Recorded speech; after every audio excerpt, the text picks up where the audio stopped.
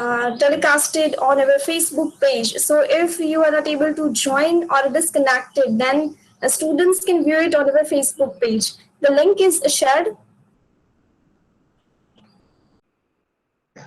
Okay, thank you. So shall I start now?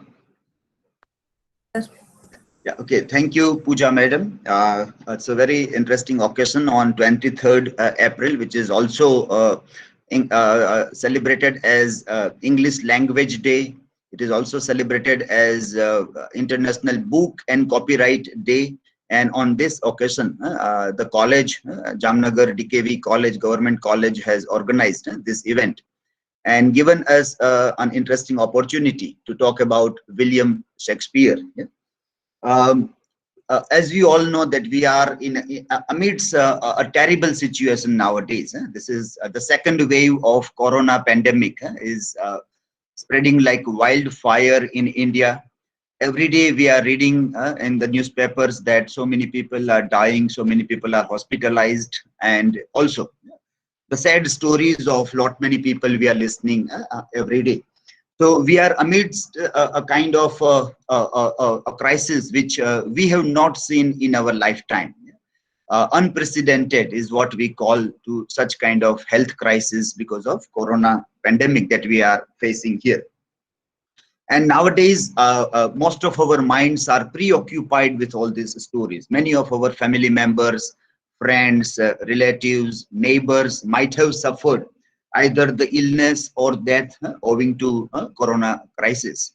And we can understand that it is very tough during this time to concentrate on studies also, or even to be very innovative also in either thinking or teaching or any sort of work, because most of our minds are highly preoccupied with the kind of a tragedy which our nation is facing, the world is facing. And most of us also have a personal stories about the tragic incidents that is happening because of corona crisis. I wanted to make a very interesting PPT, PowerPoint presentation with graphics, images and other thing. But well, as in last 2 days, I was trying to sit down to prepare PPTs. But as I said, the mind was normally preoccupied with what is happening around with the neighbors, with the relatives, with the family members. And so I thought that, well, we will have a talk rather than making a presentation. I decided to have a talk with all of you.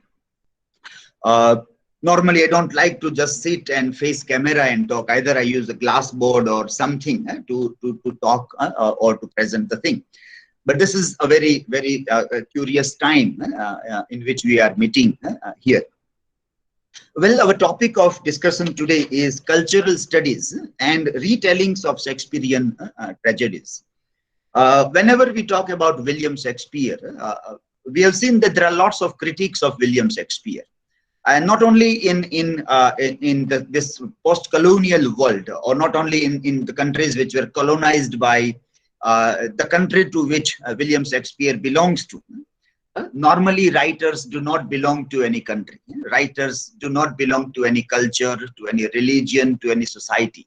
They are timeless people. They are universal. They can never be categorized as national identities or religious identities. And that is how we have to always see literary writers as well as literature also. That is where it normally sings the songs of borderless world,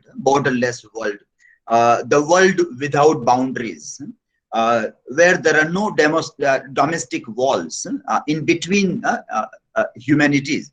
That is where literature and writers normally stands for. There may be some valid reasons to criticize William Shakespeare because he belongs to an identity which was world ruler, which was power once upon a time. And obviously, post-colonial discourse tries to question the dynamics of the power. And so people try to read the greatness of William Shakespeare, whether he was really great or not. But apart from that, even in England, even in his own country, people do doubt that whether there was anybody like William Shakespeare or not. And if people say that yes, there was somebody like William Shakespeare, because some documents are available. There is a house there on Stratford upon Avon, and there are some documents. The financial statements are there where there was somebody, William Shakespeare, who was a part owner of the Globe Theatre, etc., kind of things. But then people said that, well, that William Shakespeare might not be the writer of all these plays, 37 plays, comedies, histories, tragicomedies, tragedies, and 157 sonnets. It is not possible by that person whose documents that we have is normally about financial things, might have written all these things. The first theory that came from England during the Victorian times was that it might be Francis Bacon who was writing under the pen name of William Shakespeare.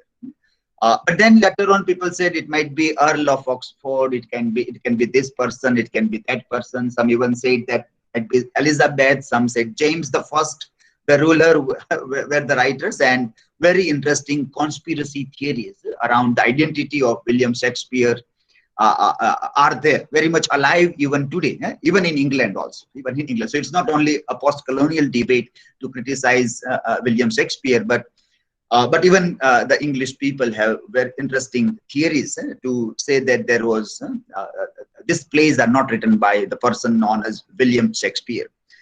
But well, our point of debate is not that whether William Shakespeare was really a person behind all these plays or not. We take it as granted that it was.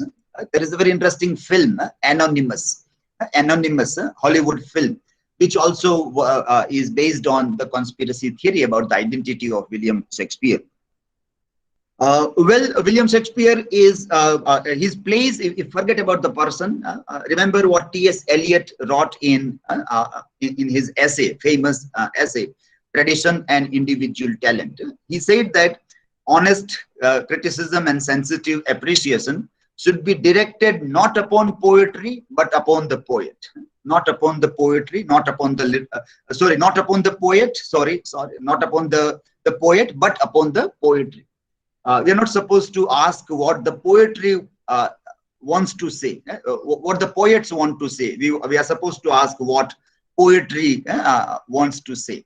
Our attention should be shifted from a poet to poetry, from a writer to the work. And that is what we would like to do here, that Shakespeare, let us forget him, but the works. The works are really great and wonderful, which kept on inspiring people all over the world. One of the greatly translated writer whose works are found in so many languages of the world, not only in forms of publication of books, but also in forms of stage performances. Variety of experiments are done with the plays of William Shakespeare. The Black Theatre movement also adopted and appropriated William Shakespeare for the black stage. And worldwide, even lots of Hindi experiments or even Gujarati experiments are done with Shakespearean plays. And when the time of cinema came, cinema was also not behind to adopt William Shakespeare for the screens. So the works of William Shakespeare are greatly influential, and the world is always mesmerized to see that William Shakespeare should be retold again and again, either in one or the other ways. Now, what is that in William Shakespeare that people time and again keeps on retelling William Shakespeare's plays or the stories from that plays? Well, Matthew Arnold wrote one sonnet. On William Shakespeare, and he said in that sonnet that with the passage of time, we will have many more new questions, and we keep on asking the questions again and again, newer questions. And then there William Shakespeare stands and just smiles, as if telling that you read and you will find answers to your new questions from my plays. And that is very significant. Coming down to 20th century, we have seen that in great many ways, the knowledge is growing, great many ways. Every decade, every 5 years, some new way of reading literature is coming. Some new theories are coming. Some like psychology is coming. New way of reading sociology is coming. New historicism is coming. New criticism is coming. Eco-criticism is coming. And post-colonial theories are coming. Cultural studies is coming up. And you pick up any of these lenses, pick up any lens, go to William Shakespeare, you will find something to analyze. You will find something very interesting in William Shakespeare. That is where Matthew Arnold seems to be quite right, that your new knowledge systems, your new questions Come to Shakespeare with all those questions and you will find your answers there. And that will be our quest for today also, to see that if we apply this cultural studies in William Shakespeare, what are the things that we can find? How cultural studies has also a kind of lot many things to unearth from Shakespearean plays, comedies also, sonnets also. But we will concentrate by and large on a few prominent tragedies and maybe one of the comedies also. But before we enter into this tragedies and try to read some examples, let us try to also see what do we mean by cultural studies. What do we mean by cultural studies? Well, so we have seen William Shakespeare, how we see William Shakespeare today. We don't see William Shakespeare as a colonial writer. We see that William Shakespeare is a universal writer. All writers are universal writers, and literature is normally universal. Then we say that it's not William Shakespeare again, it is the works. It is the works that is more important rather than William Shakespeare. And this works and the retelling of the works has always mesmerized the world throughout the time and space, beyond geographical locations, beyond languages. Having said that, now we are coming to the point of cultural studies. What do we mean by cultural studies? Because there are many students here, I would like to just go little bit deep into the history of or the origin of cultural studies. Origin of cultural studies. As we have said that it is a new discipline. It is a new discipline to study. Well, it started and it is known as CCCS. It is known as CCCS. It is Center for Contemporary Cultural Studies. Center for this contemporary word is very important here, because the word culture, the word culture many a times gives us a meaning, gives us a kind of a connotative meaning that culture means something that is past, something that is coming from past. Something that is traditional is cultural. That is what is normal belief. So when people say that I want to do cultural studies, they may try to see what was the past of a nation, the past of the human beings, and from there what is there with us. Well, that was the meaning of the culture up till Victorian times. If we see the context of England, when Matthew Arnold is writing Culture and Anarchy, the essay, Matthew Arnold's essay, Culture and Anarchy, at that time the idea of culture was that idea, but this cultural studies is more about contemporary culture. And what is, yeah, so the definition of culture here is not something coming from the past, it is everyday life. It is everyday life. So when I study culture, I study everyday life. I study today. I study today. What are we doing today? What are the ideas with us today? What forms of literature is produced today? What form of retellings is done today? And today literature is not produced only in form of published work. It is the more vital and more vibrant literature is found in web series and in cinema. Cinema also seems to be like a bygone age now. For almost more than a year, we might not have gone to cinema theater, but we might have experienced literature over web series in mobile phones. So the more vibrant space for literature is there. So contemporary is a very important word when we see this. Center for Contemporary Cultural Studies, and it started in University of Birmingham. University of Birmingham, where it started. It was 1964 wherein it started. The pioneers of this center and this studies were Stuart Hall and Richard Hogarth. Stuart Hall and Richard Hogarth. What changes they brought? If you want to ask, what changes to the academic studies they brought? We can say that it was a kind of a study which concentrated on popular culture, everyday life, today, contemporary, popular culture. Up till now in traditional classrooms or traditional academia, people were always having a snobbish attitude towards popular culture, pop culture or popular. It was always looked with a snob. And a great many scholars would love to stay away from stay away from what is popular. And as if talking about popular or what is happening today is something inferior. It was considered in that. Now that is where they try to build a kind of a bridge for the study of popular culture. Their study was mass culture. Mass culture was studied. For that, they studied popular magazines, Hollywood, popular television, and all these things were previously unstudied. All these things were unstudied. So that was the point of study of this contemporary cultural studies. The study of culture and the politics of the day, it has its own roots in something that is happening in Britain or Europe during this time, which is obviously the time of Cold War. Also, it is also the time of post Second World War. So a complex moment within British post-war history is connected with this study of today or contemporary. There was a rise of anti-Stalinist new left. Now the left, which is going with Marxist, Mao, Stalin, Lenin, had seen very bad days because the people who became rulers following the socialist or the left ideology, they turned down to be dictators. They turned down to be democratically elected dictators. And George Orwell in Animal Farm beautifully captures this nuance of the time. And so you were looking for a new left. New left was necessary there.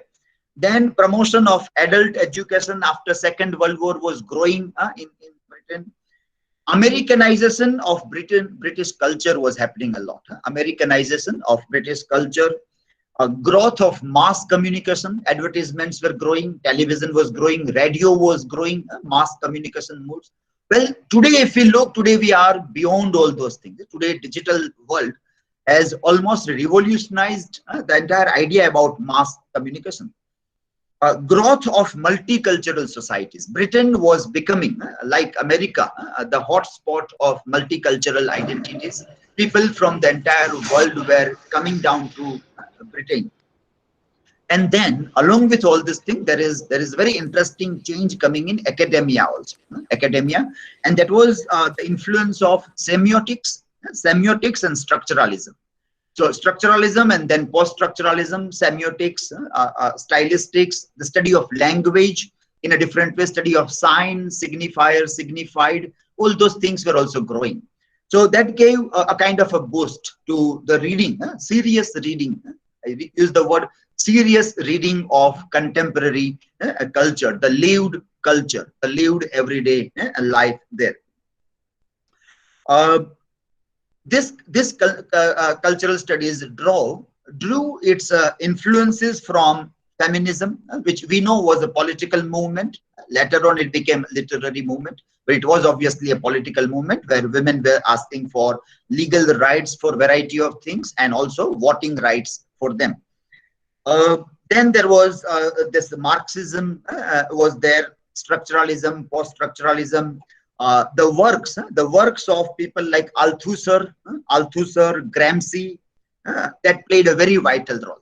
The study of sociology, political science also became very significant for cultural studies. Sociology, political science, Althusser, Gramsci, race theory also was very interesting. Two interesting works were written by these pioneers. That is Stuart Hall and Stuart Hall. Stuart Hall work was very interesting. That was Race, Culture and Communications. Race, Culture and Communications. Looking forward and backward at cultural studies. Looking forward and backward at cultural studies by Stuart Hall. Then another work was by Dennis Dworkin's work, Cultural Marxism in post-war Britain. And it looked towards new left or the origin of cultural studies also. What they added to our study was a kind of ideological analysis. They also studied working class culture and subcultures, working class cultures and subcultures, role of media, and also audience studies, like why people like some kind of television programs, why people like a particular film, and why they do not watch another kind of film or television show. So study of audiences. Hegemonic struggles that happens there in the state politics was also studied. Hegemonic struggles in state politics. A place of race in society and cultural process. Now, when we take these ideas in context of India, uh, the word race theory or race, we need to replace with the word what is very popular here is caste. So we do not have the similar kind of influence of race in our societies. We can't say that we are not racist. Racism is still there in India, but more prominently than race is casteism and the caste. So it becomes very interesting to study the caste dynamics when we do cultural studies here in Indian context. Cultural studies is, with all these kinds of things, becomes a kind of umbrella term. It becomes a kind of an umbrella term. And under that umbrella, lot many things are there. Lot many things are hodgepodge, like a khichdi inside cultural studies. That's why many people say that, well, the limitations of cultural studies is it's this length and breadth. It almost includes everything that can be studied, because everyday life has lot many things and you can study it from various angles, and that's why this umbrella term cultural studies. But critics have tried, critics and the scholars of cultural studies, they have tried to give a kind of a shape to this very awkward looking cultural studies, very awkward looking discipline, cultural studies. Many critics have tried to give a shape to look at it. I would like to share some of the ideas, but I don't think that many of the scholars of cultural studies may agree that, well, this is the proper shape of looking at cultural studies or not, because there may be a chance of disagreement towards this also. I would go by a book written by Wilfred Guerin, Wilfred Guerin's book, A Handbook for Critical Approaches to Literature, wherein this group of writers, they are trying to give a kind of a shape to cultural studies. They say that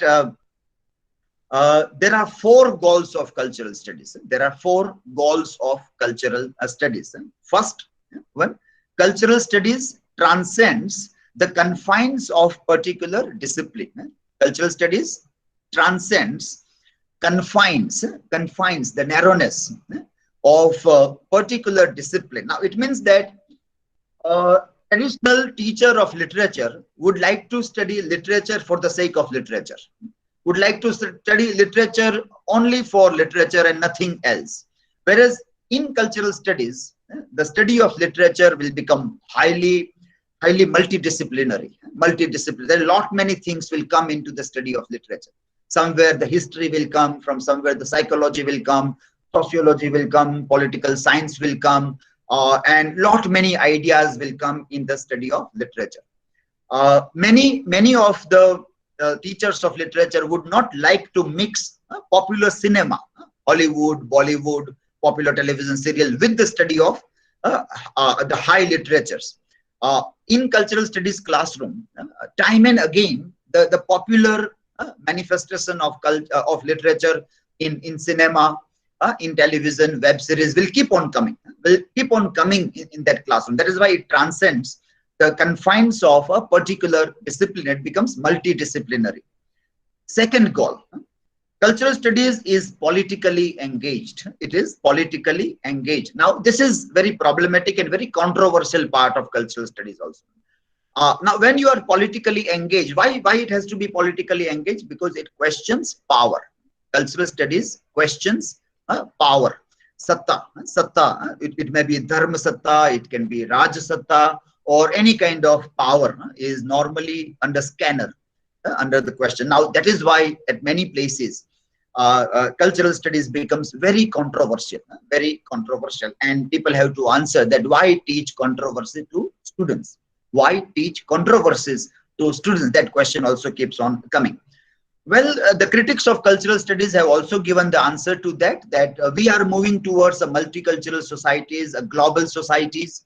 The entire world is becoming global, and people are moving from one society to another societies. Though in last 1 year, we are not able to move because of Corona pandemic. But otherwise, the movement was very vital, and digital space has given another stage to perform. The virtual reality made everybody global. Even if I cannot travel, I can still see what Americans are thinking, doing. I can have friends anywhere in the globe. I can exchange my ideas with anybody in the world because of virtual platforms and digital world. So digital world has made people global. Now, what happens when people become global? What happens is that when I am in my own narrow society, when I am in my own village, at that time, I think that what we believe is truth. And many people would say that, well, my religion is the best religion in the world. My way of life is the best way of life in the world. My gods are superior than any other god. My land is the most pious land. That's why the god prefers to take birth on my land. My land is the holy land. That is what people believe. And when you have a dialogue with other people, you find that, well, everybody believes in this. Everybody has a similar stories to be told. And then our mental horizons widen. But it becomes controversial also. People may start fighting over the issues about culture, about religion, about identities. Also, it may happen. So it is highly politically engaged because it wants to question the power and how power and knowledge are connected with each other. Third goal of cultural studies is cultural studies denies the separation of high and low, or elite and popular culture. So there is a high literature, there is a low literature. Low means, for example, if there is this very interesting popular example that if in your city there is a concert, and at one place there are two concerts there. At one place, somebody like Lady Gaga is going to come and sing and dance. Hip hop dance will be there. And at another place there is somebody like Hari Prasad Chaurasia's Basuri Vadan. Which kind of people will go to Hari Prasad Chaurasia's Basuri Vadan, and what kind of people will go to Lady Gaga? And we will have our judgments about the culture. And we may say that, well, people who are going to the Lady Gaga are very young people, and this is spoiled generation. This is spoiled generation. Bigdi hui generation हमारी वो Lady Gaga की ओर जाए, और हमारी जो सुधरी हुई generation है, हमारे जो refined cultured people है, they are going to listen Hari Prasad Chaurasia. That is how we will see high and low. But well, cultural studies tries to deny such separation. Whether it is Lady Gaga or any other singer, they all are singers. They all are dancers. Singing is an art. Dancing is an art. And there should be no demarcation between what is high and what is low. So far as the art is concerned, everything can be studied. Everything can be studied. You can criticize. You can criticize anything. But it doesn't mean that one should not be allowed to do that. Fourth and the final goal was cultural studies analyzes not only the cultural work, but also the means of production. Not only the cultural work, but also means of production. Well, today we are not going to see this part. We'll try to touch upon the other goals in our discussion. But the fourth one we are not going to study today. But briefly we can say that how the cultural work is produced, who is sponsoring, who is publishing the work, whose works are published, whose works are not published, who are allowed to make films, who are not allowed to make films. You might have seen many controversies that goes. And many people say that, well, this scene you will have to cut from web series. That scene you cannot portray. And many of the people are angry when they come to know that so-and-so filmmaker is trying to make a film with this topic or that topic. The questions normally come from the history or from religion. And when people find they have a problem also. So in that way, large number of people are not allowing the filmmakers or literary writers to imagine or to write whatever they want to write. So it means large number of people, which becomes a power, is trying to control the imagination of the people also. Control the imagination of the people. And that all can be studied. What is controlled, what is allowed, what is not allowed, as fourth goal of cultural studies. Very quickly to repeat 4 goals. transcends the confines of particular discipline. It becomes multidiscipline. It is politically engaging. It questions the power. It denies the separation between high and low, the elite and the popular. And finally, it also studies means of production in that way. Second theoretical part of our cultural studies, and then we'll go to study Shakespearean retellings as examples, is that there are 5 types of cultural studies. It's very wide ranging. Cultural studies is very wide ranging, as we say, use the word umbrella term. What are these 5 types of cultural studies? First is studied like with Stuart Hall, Richard Hoggart, Raymond Williams. With those writers, it studied British cultural materialism. So British cultural materialism is one part of cultural studies. Then it is new historicism also. Second type of cultural studies is new historicism. Third part of cultural studies is American multiculturalism. Fourth one is postmodernism and popular culture. And the fifth, final one is post-colonial studies also. Post-colonial studies. Now, you will see it is so wide-ranging. British cultural materialism to American multiculturalism. From there to it moves to the movement in art known as postmodernism and popular culture, and then new historicism and post-colonial studies. So almost everything that people do in post-Second World War time, in the Cold War and the latter phases, everything can be considered as cultural studies. Cultural studies there. This was the part of brief introduction to cultural studies. Coming to Shakespearean plays, I would like to talk first about Hamlet. The play Hamlet, as we know, that is one of the very famous plays by William Shakespeare is Hamlet. People say that if you, whoever is the student of literature of whatever language, most of them must be aware at least about Hamlet. If you don't know about the other stories, but Hamlet is a very famous play. The story of Hamlet, very briefly, is something like that. The father is murdered and the son Hamlet, father Hamlet, son Hamlet, father Hamlet is murdered by his brother, and son Hamlet is supposed to take the revenge. The ghost of the father Hamlet comes and tells to the son Hamlet that I am been murdered and you have to take revenge. You shall take a revenge. Until then, I will not have a kind of a peace. My soul will not rest in peace if you will not take the revenge by killing your uncle. Uncle has already married mother also. That is Hamlet's mother. Gertrude is also again second marriage with the uncle, and his quest is to find a space to commit to take a revenge there. Now, when it comes to cultural studies, when this idea comes to cultural studies, what do the cultural studies or the scholars of cultural studies are interested in Hamlet? Very importantly, the point that comes here is it is politically engaged. Cultural studies is politically engaged, and so here it is not important to study Hamlet as such. But what happens when Hamlet is in the process of taking the revenge? What happens is that there is the fight between the mighty people, like his uncle, that is Claudius, who is the murderer of King Hamlet. He also is a mighty antagonist, and Hamlet, who wants to take the revenge, who is a protagonist. So obviously, being a protagonist, he also becomes a mighty power.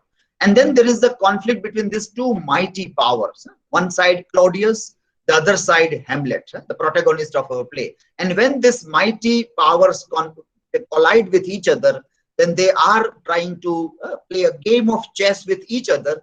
When they try to play game of chess with each other, they try to trap each other.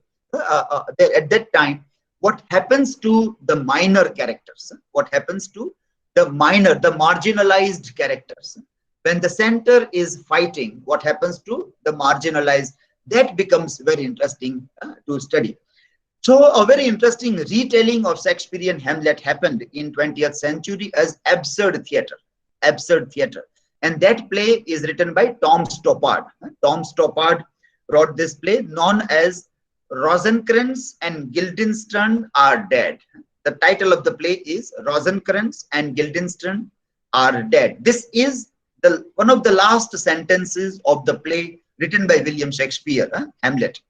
A messenger from England comes and tells where there are dead bodies lying on the stage, and he tells that Rosencrantz and Guildenstern are dead.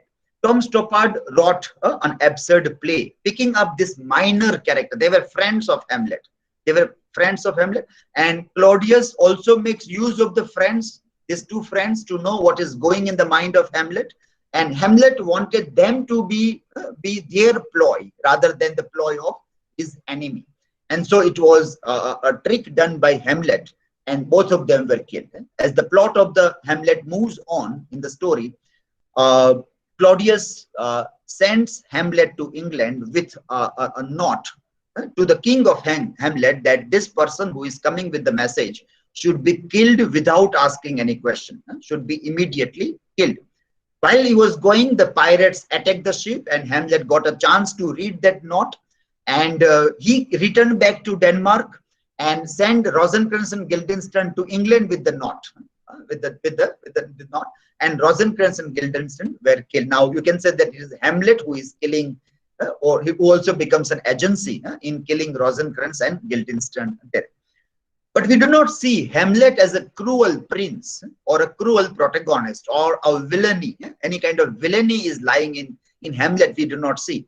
Even though Hamlet is very cruel with Ophelia, his beloved, with Ophelia, he is extremely cruel with his mother also, Gertrude. He is so cruel with the friends that both the friends are almost sent to be murdered by Hamlet himself. So even if he is responsible for the murder of Ophelia's father, his beloved's father, he really murders Polonius. Ophelia goes mad. Hamlet is very much responsible for the madness of Ophelia. Gertrude is tremendously being, we can say, harassed by Hamlet in a bedchamber scene. Two friends are killed by him. With all these things also, Hamlet was for many years, hundreds of years, was seen as a very moral prince, a moral protagonist, highly moral. So people were saying that his problem was that he is very highly moral being. Now the new cultural studies is questioning that with this kinds of behavioral pattern, that the person is so cruel with the women, and then he says that women, thy name is frailty. The new feminist reading started calling that, well, man, thy name is cruelty. Hamlet is so cruel with the women, two women in his life, Ophelia and Gertrude. He's so cruel with them, and he's equally cruel with his friends also. Now, this all tries to say that Hamlet is no longer a kind of a moral prince or a moral protagonist who is being troubled by his high morality, but his behavior also is equally problematic. But so far, we were not having cultural studies. We are not able to read this because the traditional reading always frames our mind or conditions our mind to look at the high positions with respect only. If somebody is king, somebody is prince, then we are conditioned to bow down to those people. We are not in a position to question the characters of the people in high offices. That is how we were trained. Cultural studies, with the help of the leftist reading of the power, the Marxist reading of the power, it started questioning or started giving us vocabulary and language to question the center. So periphery started questioning the center. And Tom Stoppard's play here, absurd play. Well, Tom Stoppard is trying to say that Rosencrantz and Guildenstern, they are everyman in 20th century. His concern is more about existential concern about all human beings. Tom Stoppard's concern is that everybody is like Rosencrantz and Guildenstern in this absurd world. There is an existential anxiety that everybody is suffering there. So in his view, Tom Stoppard's view, in that retelling, Rosencrantz and Guildenstern are archetypal human beings caught up on a ship, a spaceship Earth, for the 20th or the 21st century that leads nowhere except to death. A death for persons who are already dead. Death for the persons who are already dead. If these two characters were marginalized in Hamlet, Shakespearean play Hamlet, they are even more so in Stoppard's handling.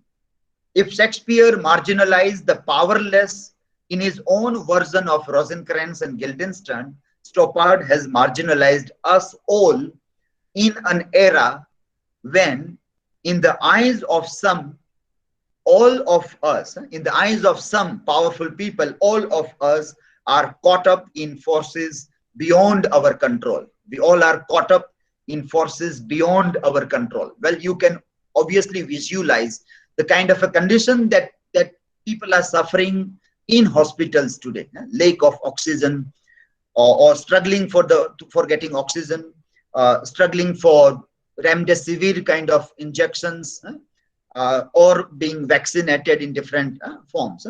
All are caught up in forces beyond our control.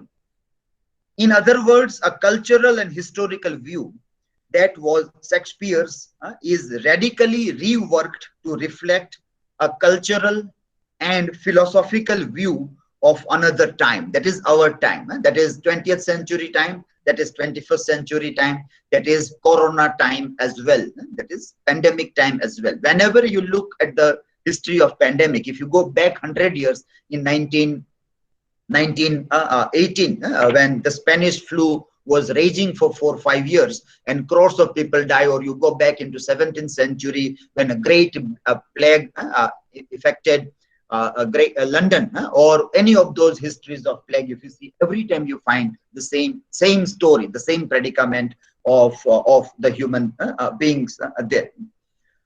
But apart from that, we also can study that Guildenstern and Rosencrantz, the predicament of Guildenstern and Rosencrantz, which are marginalized character in Shakespeare's Hamlet, and Tom Stoppard brings them into the absurd universe, or we are trying to read. We all who are suffering, all of our fellow human beings who are suffering out of Corona crisis, can be seen in a similar predicament, similar position today. But apart from that, also it can be seen that the kind of downsizing that happens, if you apply this idea to the corporate world, to the private sectors, to the job and other thing which is very much affecting our lives in normal days when there is no pandemic, or even in the pandemic time, then we find that a tremendous amount of corporate downsizing, or even the way workers or the people working in many of the private institutes, including educational institutes, the way their salaries are cut down, or they are laid off, or they are told that we don't require you now when the salaries will not be paid. We are not in a position to pay salaries because we are not getting the fees. In all those kinds of things also, we see that how powerless human beings become in the hands of the private corporate people. It's very amazing, very surprising to see that in last 1 year, when so many people became poor, so many people became jobless, so many people's salaries were cut down, you will see that some people, a few of them, became super rich. There were 120 billionaires in India. After 1 year, it became 140 billionaires. And many of the billionaires became super rich that they came into the list of top 10 world billionaires. That is very surprising, that when large number of people are becoming poor because of pandemic, many people's salaries are cut in private sectors. How come somebody is becoming super rich? That are very interesting question, which retelling of Hamlet in terms of Tom Stoppard's Rosencrantz and Guildenstern can give us, and we can do a reinterpretation in our pandemic time also. Very interesting retelling of Hamlet happened in Bollywood also. Vishal Bhardwaj dealt with 3 of the Shakespearean tragedies. Makbul, it was Macbeth. We will come to Makbul also. Omkara, it was Othello. And Heather was Hamlet.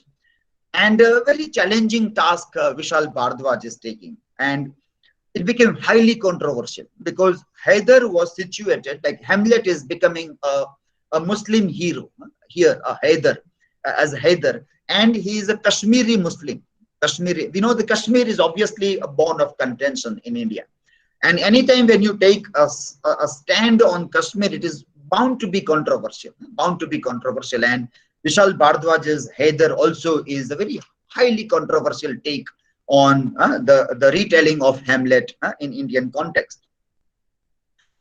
Kashmir insurgency. It is not only Kashmir, not the heaven on the earth, not the Kashmir that is heaven on the earth, but the Kashmir that is suffering from insurgency, from terrorism, and the rise of terrorism, and in a way trying to justify why terrorism is rising in this, and what is that concept. That becomes very interesting. What we found in Vishal Bhardwaj's vision or retelling of Haider was something different from Shakespearean Hamlet also. If Shakespearean Hamlet was celebrating the idea of revenge, and so the ghost, the father, the ghost of father was telling to young Hamlet to take revenge, Revenge was considered as holy duty, holy pious duty, and it should be taken. That is how it was seen. Whereas Vishal Bhardwaj's vision was there that revenge is not a good motive. Revenge is not a good motive. What is good is forgiveness. And so in Haider, at the end of the film, the mother's voice, the mother wanted to teach the lesson to Haider, his son, her son, that be forgiving. Revenge breeds revenge. An eye for an eye will turn the entire world blind. So if the revenge is something that is always hungry, the revenge never sleeps. All those things we keep in mind, and Vishal Bhardwaj changed the very thematic texture of Shakespeare's Hamlet, and in Indian context, we can say it Indianized, because the very concept of India, if it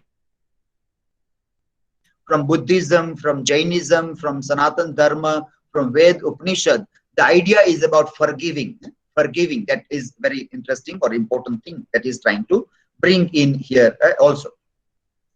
I would like to talk a little bit about Macbeth. Macbeth is a play, another tragedy which is very beautifully taken on cinema screen. It's one of the shortest play. It is a very fast moving play. It is very difficult to take Hamlet on the stage because it has lots of soliloquies and lots of philosophy. And maybe people may not be interested in those hathodas of philosophy that keeps on coming in form of soliloquies, which becomes very dull at times. But Macbeth is a very a play full of action, very bloody play. Lots of actions happen, and not even for a while the play stops. Very quickly, it is shortest play, a fast moving play. And so the cinema makers love to convert Macbeth on the screen and went on retelling it on several occasions. There is an Australian Macbeth. The movie is situated in the modern day Australia, that is Melbourne, modern day Melbourne, and that is all about gangsters and the gang war that is going on there. The witches, three witches, the three famous witches of Macbeth, they are converted into this Melbourneian gangster drama as the teenagers who are dealing with prostitution and who plays a vital role in the fall of the protagonist also. Roman Polanski also made a very interesting version of cinema, which is very tragic, very gray shaded movie version, which people say that it came out from his mental state when his wife was murdered. In that mental state, he talked about Macbeth, and it is connected in that way. A very interesting version of Macbeth came from Akira Kurosawa. The title was Throne of Blood. Akira Kurosawa, Japanese filmmaker, and that version also was very interesting. And three witches are converted into one single lady in that film, and she is a spinner of the wheel, like a spinner of time. That way, she is projected in that film. But it's a very interesting take on the monarchy days in Japan, monarchy dynasties in Japan. In that, it was situated. Makbul, Vishal Bhardwaj's Makbul is situated in India's gangster world, India's underworld, India's gangster. And there is very interesting change that again Vishal Bhardwaj is bringing here. And here the role of Lady Macbeth, which is played by a character known as Simmi in this. And it is this Lady Macbeth or Simmi who is taking a vital decision in the murder of her own husband. In Macbeth, in Macbeth, it was King Duncan who was killed, and Lady Macbeth was wife of Macbeth, who is helping Macbeth in the murder of King Duncan. Whereas here in Makbul, wife of a gangster, leader of the underworld gang, is and his wife Simmi is helping the another person to kill the husband. Now this is very interesting to look at it. Like Makbul is trying to see or trying to give a kind of a choice, or trying to make a woman an agency in deciding upon her freedom. She wanted her freedom from the very old husband. Maybe a passion of a wife, a passion of a woman, which is attracted towards much younger person and wants to get free from the older husband. And so the woman is making that vital choice. Women is an agency to make that choice, and is encouraging the another person and planning the murder of her own husband. Well, maybe people can say that if this is the kind of an empowerment in women if we are looking for, then this is not a good society we are looking for. If women are empowered in terms of murdering their husbands or murdering anybody, and if we call it that it is an agency taking a decision on her own, it is an empowered lady here, then people may have a deeper doubt again what kind of empowerment or what kind of society we look. Well, if you look at the world of Makbul, it is all a very gorish criminal world. Now, in that criminal world, these kinds of choices are also fair and square. It is not a very sane and civilized society. It is a gangster world. In that, a woman is trying to take this decision. We are not talking about a civilized society where women would not be in such a position in a civilized society that they would ever think of taking such kind of vital decisions also. But apart from that, there is a very interesting making of Macbeth in a very recent 2021 Malayali film, and that is Joji, Joji, 2021, recently released film, Joji, Malayali film, and this is very interesting. And here, it's a family. A father is a very patriarchal, strong father, very mighty built, strong, muscular, and having a tremendous control over his three sons, and everybody is almost suppressed under father. And there is this protagonist, one of the sons is Joji. Joji is one of the sons. And it's a story about this Joji. And there is a very, very strenuous relation between father and sons, all sons. But this son, mortal, because this son is engineer, but is not able to do anything good in life. He studied, but is not able to make something good. And so father is always angry, taunting, giving a physical pain, because father was much stronger than the son to this son. And suddenly what happens is that father gets paralysis, and then he is bedridden. And then now Joji has his own turn to take his own revenge. And he slowly and steadily poisons his father. He changes the pills, poisons the father, and then father dies. But this is a very interesting story, about a son's struggle to get liberated from the patriarchy of father. And quite interestingly, the Macbethian three witches, Banquo, Lady Macbeth are played, but not exactly as it is, but in a different context. It comes. It's a very interesting film, Joji, that can be seen here, there.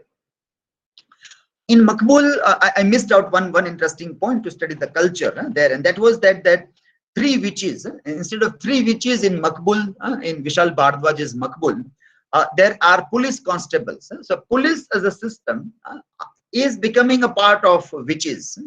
The design of witches, which plays a very vital role in controlling Macbeth and also in the tragedy of Macbeth. The same way here, it is police system which controls lot many things about the underworld and how they become very responsible in the tragedy of the protagonists also. But apart from that, that witches are turned into police constables who are constantly in the process of doing encounters of the other people. The names of this two police officers are also very interesting, and they are Pandits. He is Pandit and Purohit. Pandit and Purohit, and they are normally playing with the horoscope, Kundli, horoscope of the other people. The Pandit and Purohit. So it's a very deep attack on the Brahminical tradition also, which we shall part now. So this is how cultural studies becomes very controversial. That is how cultural studies becomes very highly controversial when it goes into caste structures and tries to give an interpretation of various castes in retellings of Shakespearean play like Macbeth into Makbul also. Finally, I would like to end. I also wanted to talk a little bit about The Tempest, which is a comedy by Shakespeare, which is retold by Amy Caesar as A Tempest. The Tempest is told as A Tempest, wherein Caliban becomes a very interesting figure. Into that, it is going into post-colonial aspect of retellings of Shakespearean plays, but post-colonial things we have discussed a lot nowadays. So I'm not talking much about Amy Caesar's play, but in case anybody is interested in trying to see post-colonial retelling of Shakespeare, which also is a part of cultural studies, then Amy Caesar's play A Tempest can be a very interesting example here.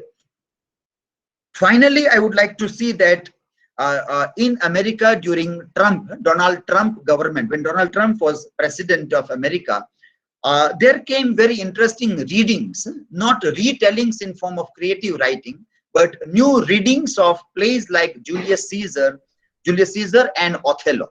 Julius Caesar and Othello, retellings of this play came during this time in America during Donald Trump. Well, now, when we remember Donald Trump, what normally we remember is that he used to tell lots of lies. He is the one who turned the entire time in which we live as post-truth. We call our time as post-truth era. Post-truth era. Post is the word, is a prefix. With whatever prefix the post comes, you have to say that the word that comes after it, it is completely destroyed.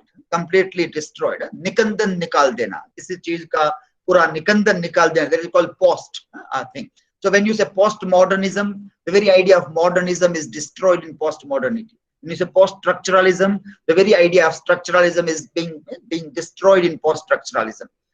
Post-colonial, the very concept of coloniality is destroyed in post-colonial argument. Also, post-truth, the very concept of truth is destroyed now. We live in an era of disinformation and misinformation. Dusprachar kind of a thing, and also wrong kinds of informations, misinformations, disinformations, post-truth, half lies, half truths. That is our time where things spread. And digital platforms, social media, WhatsApp, they keep on spreading those things.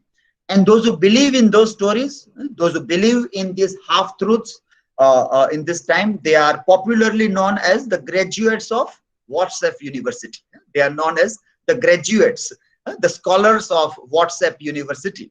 So WhatsApp University is the name given to the people who believe in the misinformations or the disinformations in this post-truth era. If any leader, any political leader who remained very prominent to live up to this mark, it was Donald Trump.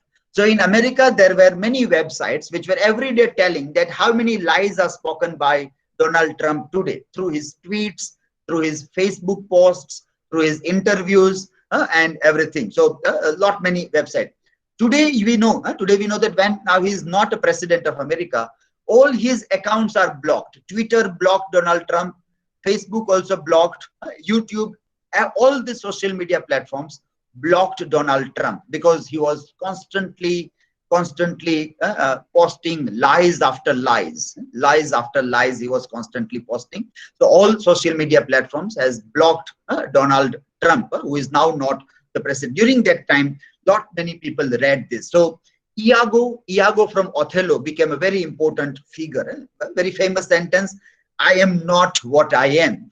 Whatever I say, I am not that. I am not what I am." In post-truth era, this becomes a very important figure, Iago. And if anybody believes like Othello in half-truths, or the stories which are constructed around the evidences, like handkerchief is there, Desdemona's handkerchief, and a story which is disinformation, a kind of a dusprachar or a misinformation that is told to him with the help of handkerchief, and he believes into those half-truths, and the murder of Desdemona, the tragedy happens because of believing into half-truths. In case of Julius Caesar, people, after his great victory and his popularity among people, for people, Julius Caesar was next to God, next to an Avatari Purush. And then many of the friends of Julius Caesar, they were worried that this popularity and this following by the people, Julius Caesar, the way he is followed by the people, the way there are so many bhaktas of Julius Caesar in his time, may turn Julius Caesar into a dictator, may turn him into dictator. He will not be able to practice democratic values. And so Brutus, even his one of the best friends, Brutus, also was convinced by that idea, and Brutus murdered Julius Caesar when he said, "You too, Brutus, you too, Brutus." That was that came. And so these two plays, the rereading of these plays in our times, where lots of misinformation, disinformation, the time of post-truth, where the people in the higher offices, they keep on telling lies after lies. They keep on telling one kind of truth here, another kind of truth at another places, and yet many of those people have great amount of fan following. Is telling us about the dangerous time in which we are living also. So there is a virus as a danger that we are facing, but then there is another bigger virus, and we don't know if there is any vaccination against this virus. That is post-truth time. Is there or not? We don't know. That is also an interesting time wherein the Shakespearean tragedies like Julius Caesar and Othello also comes in our mind there. And when we read all these things, now in the last part, what we are doing is that we are going from a play into politics. Directly, we are connecting the politics of the day along with the plays there. That is how cultural studies is politically engaged, and that's how it becomes highly controversial to many people also. Those people who are the followers of such political leaders, they may not like to read literature in such a way that it is highly politicized. That may also, that's why many times cultural studies becomes highly controversial also here. With this, I would like to end my talk here, and still we have around 10-15 minutes in case if anybody has any questions, then we can have questions and answers now. Thank you to you for giving this opportunity to share some ideas about cultural studies and retellings of Shakespearean plays with all of you. Thank you. Thank you, sir, for sparing your valuable time with us. This is new concept for students, but still as TY students are studying postmodernism right now. So if there is any student who has question, you can ask.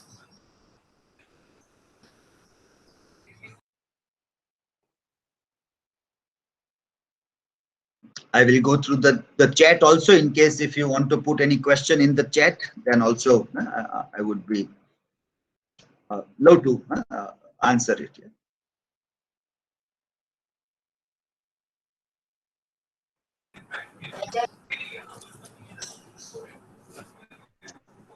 Either you can chat or you can ask if you have any questions here.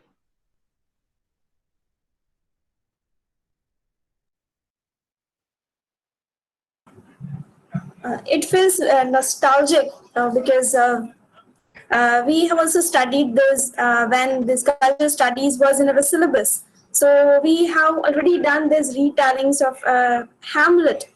But this time again, we got something new, that is about Haider, as well as this Malayali film Georgie, which is based on Macbeth. So that's very interesting. Yesterday we have attended Mandalya sir's lecture, and we became fan of Shakespeare because this was a traditional study of Shakespeare, and we have seen how glorious and grand Shakespeare's narratives were. But today, after attending this session, this uh, with retellings of Shakespeare with cultural studies, it brings Shakespeare to ground from skies. It seems that there is an end of meta narrative about Shakespeare, that he was a great or a literary genius who actually written revenge tragedies. And this Vishal Bhardwaj's film is talking about giving forgiveness. So even if we consider Shakespeare as philosophical or a Hamlet as a moral prince, then this retelling deconstructs it, that it is not, because it is talking about revenge, which is not that much good. So this is from my side. I think some chats are there. Yeah, okay. Yeah.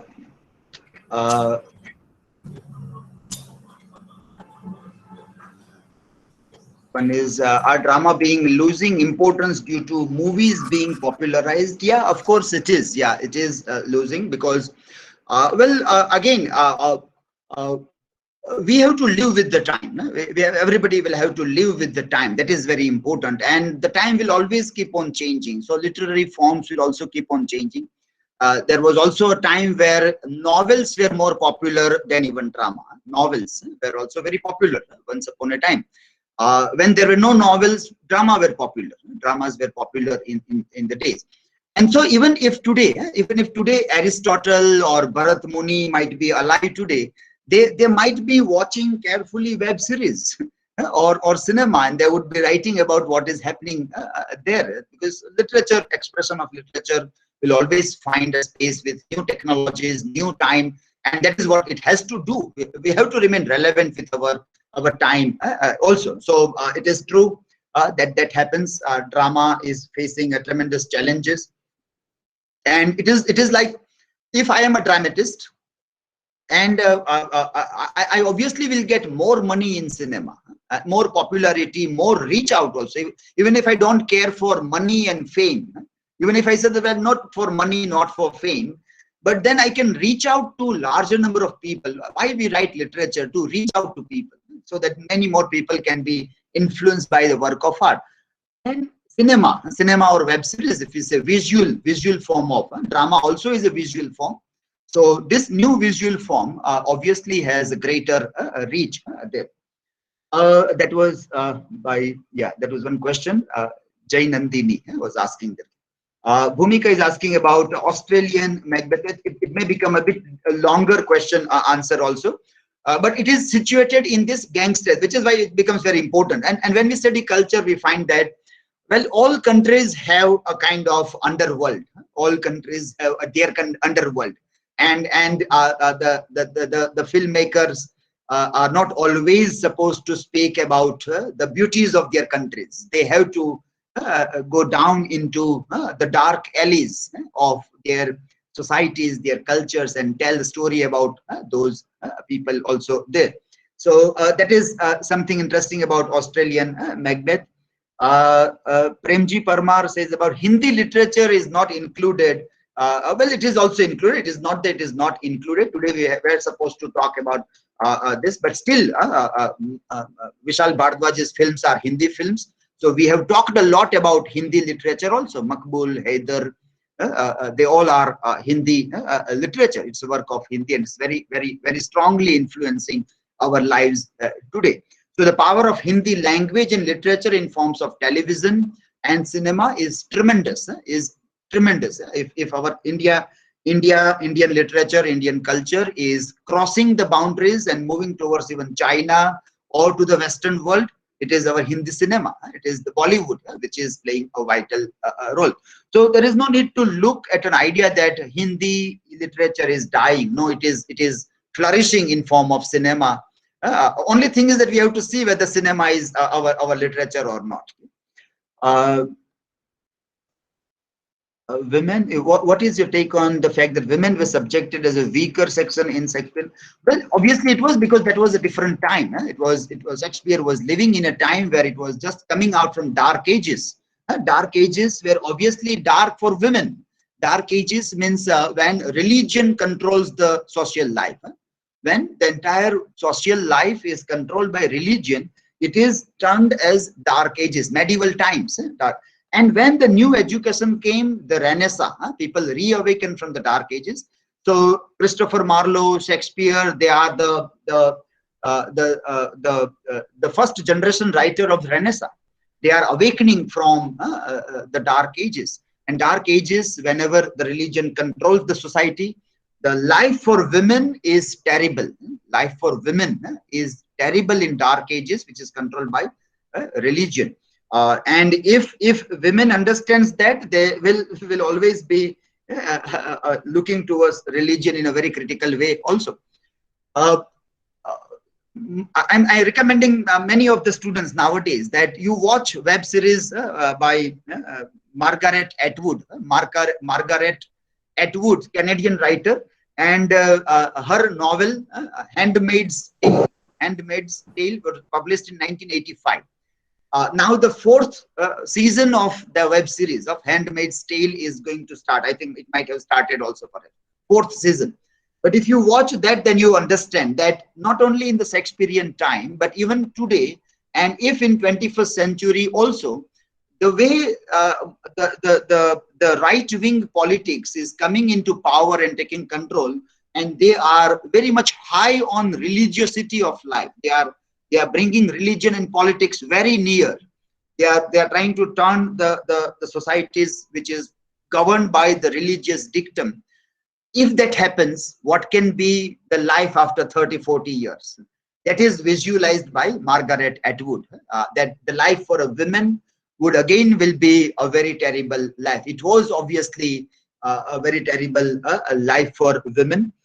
Shakespearean comedies do celebrate womanhood because the heroines in the comedies were very powerful, very strong, but obviously they have to do cross-dressing.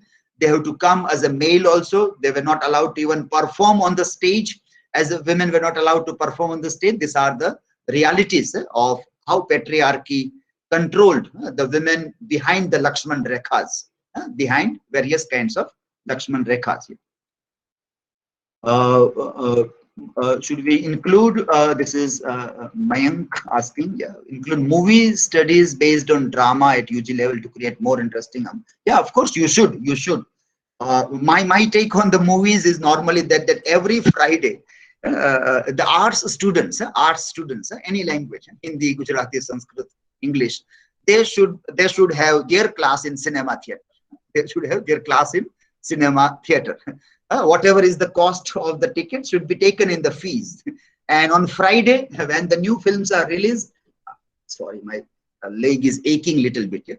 When the new films are released, the classes should be taken in cinema theater, because that is where the literature is happening.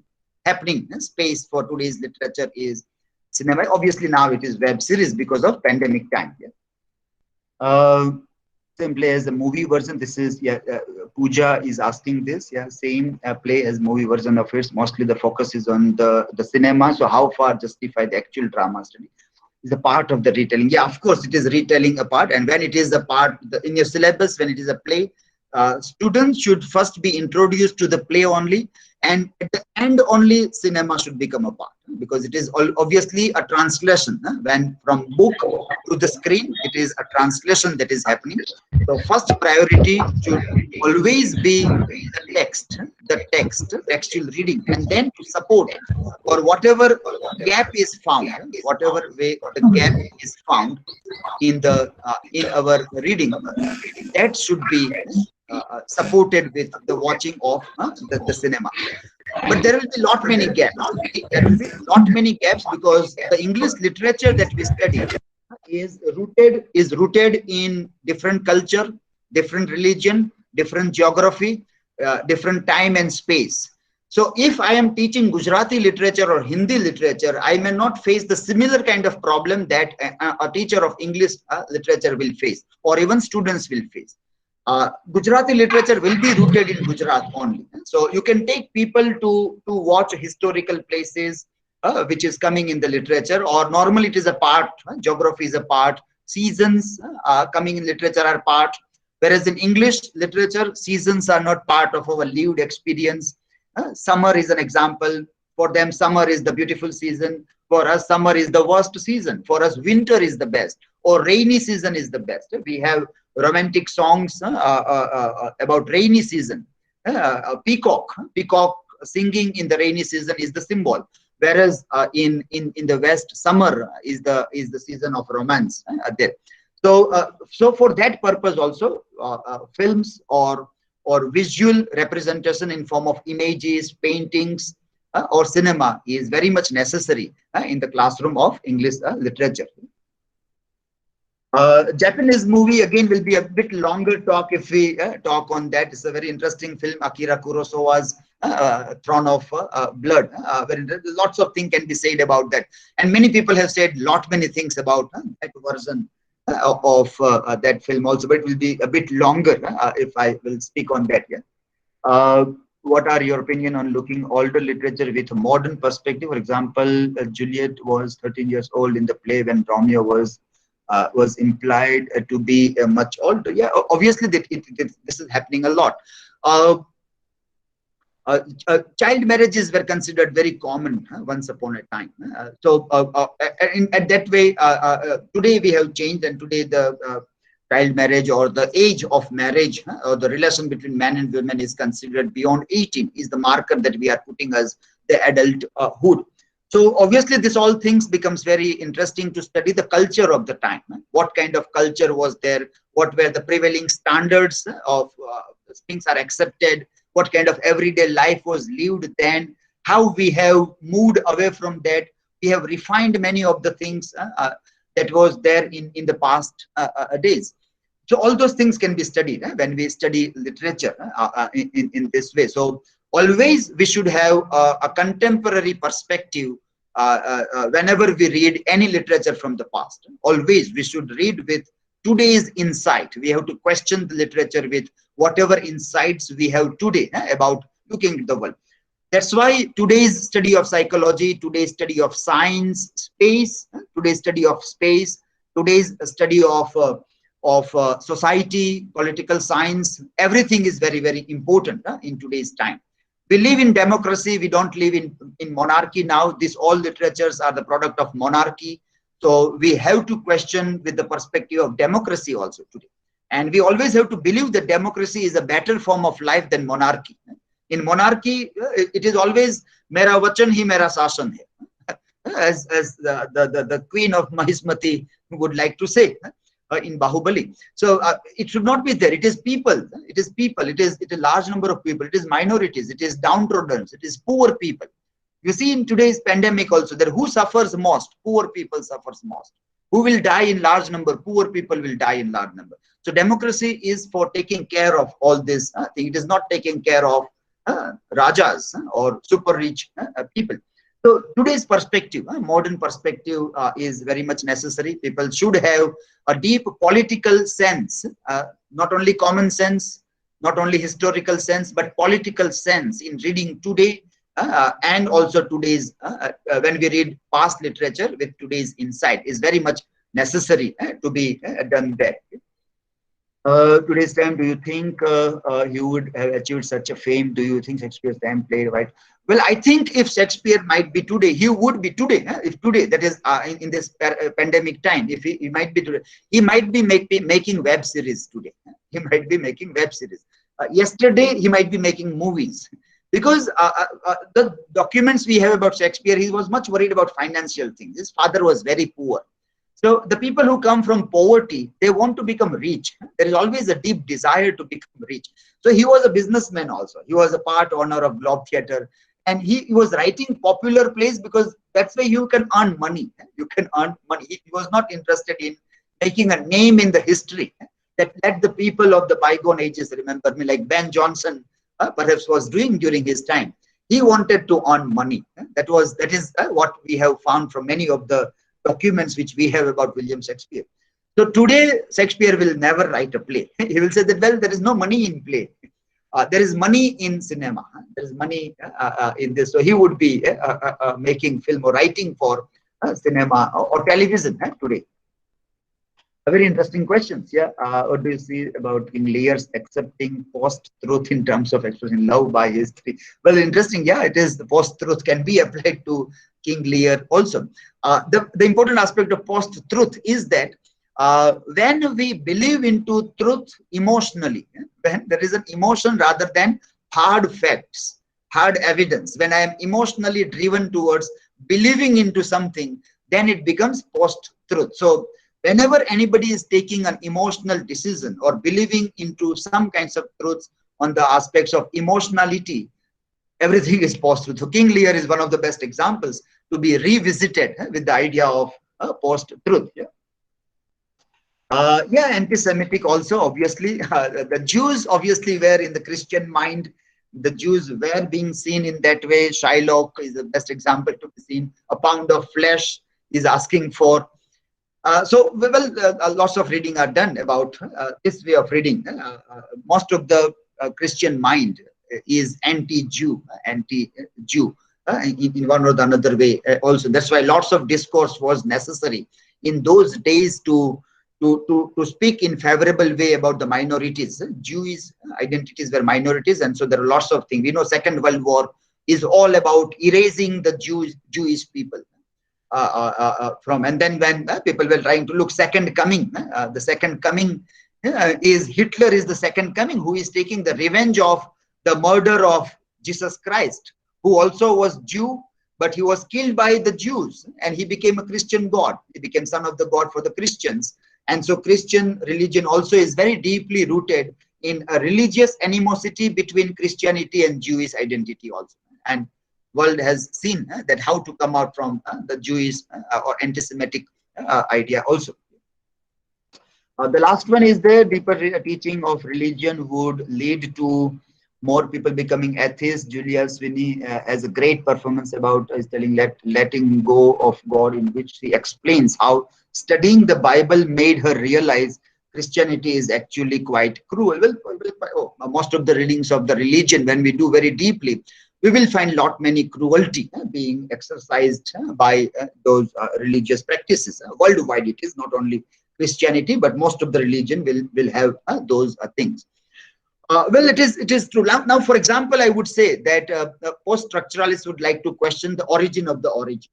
For example, when I was originated, means when I was born, was I having any religious identity or not? Well, I said that, well, all children are born atheist. All children are born atheist, and then religion is forced upon everybody by culture, by the living, by the kind of family customs are there, that is imposed and forced upon the people there.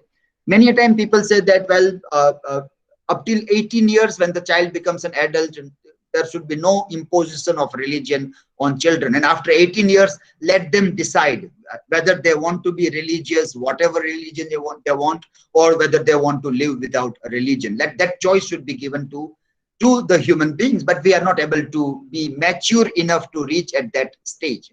Bertrand Russell said that the humanity is still in the infancy, and so we want cradles. छोटे बच्चे को cradle चाहिए. So we are in the cradle. Humanity is in the cradle, and once we will grow up, we will leave the cradle. Religion is the cradle. So so far as we are children, we require we require cradles. So but when we will grow up, so matured human beings can leave religion aside, or they can say that, well, religion is a very personal matter. What I do within the four walls of my home should not be brought out. I should never wear religious markers, or never talk about my personal religion for public spaces. Public space should be secular enough for everybody. That is how we can think of there. So that again, that is like we all born atheists. Yeah, that is how quite true that we are born without language. We are born atheists. Language also is imposed on us. God has not given any language. If God has made us, I would put the word, if God has made us, God, that God as the character of the God that we visualize has no language at all. Otherwise, he might have given us language. We were born nude, without clothes, without language, without religion. Well, that is how you can see those things. Okay, so very interesting. Thank you. It was very interesting questions that were asked by all of you. Yes, thank you so much, sir. I would like to thank you two other faculties who joined us. That is Lakshmi Kant sir from Nagpur, and also Dr. K.G. Rathod sir, who joined us even if he is recovering from corona. And our head of the department, Bansri madam, is also present and joined us. I would like to call Bhavna madam to offer vote of thanks to Bharat sir on behalf of the college and English department. Yes, very good afternoon, sir. Yeah, good afternoon.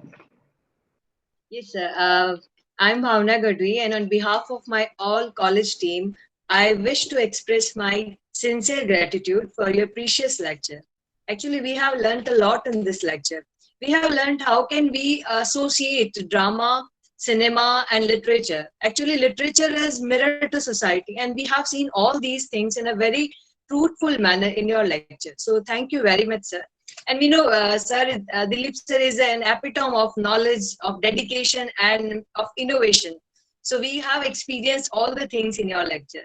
So thank you very much, sir, for imparting this new insight to our students, to make them acquainted with the new philosophy that how we should read literature, how we can associate drama and literature, and what should be our ideal reading, and how we can connect ourselves with the contemporary theories, how we should read conventional literature in contemporary way. So this is a very great fusion, sir. So thank you very much on behalf of our college, the entire team. Thank you, sir. Most welcome. Yeah, most welcome. Thank you, Bhavna madam. I am also thankful to Dr. Mantu Patel sir and Bharat Makwana sir for technical help. So they have telecasted the entire session on Facebook. And of course, all the faculties, all the students who joined, even if they don't belong to our college. So all the students who joined us and the students of our college as well to remain present and attend all the sessions. So thank you so much, sir, for sparing your time. And we will look forward again and we will have another session whenever we are discussing some points about cultural studies or anything else. So thank you so much, sir. Okay. Bye. Bye, everybody. Yeah, bye.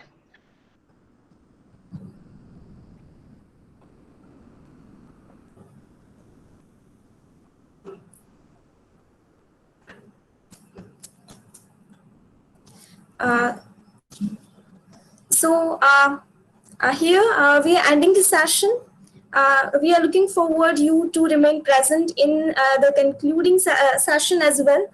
The link of the quiz will be shared 15 minutes prior to the beginning of the session, so you can attend the quiz. And at 3 we will have a result declaration of yesterday's competition, as well as the result declaration of the quiz. So you can remain present there and attend the quiz. Thank you so much.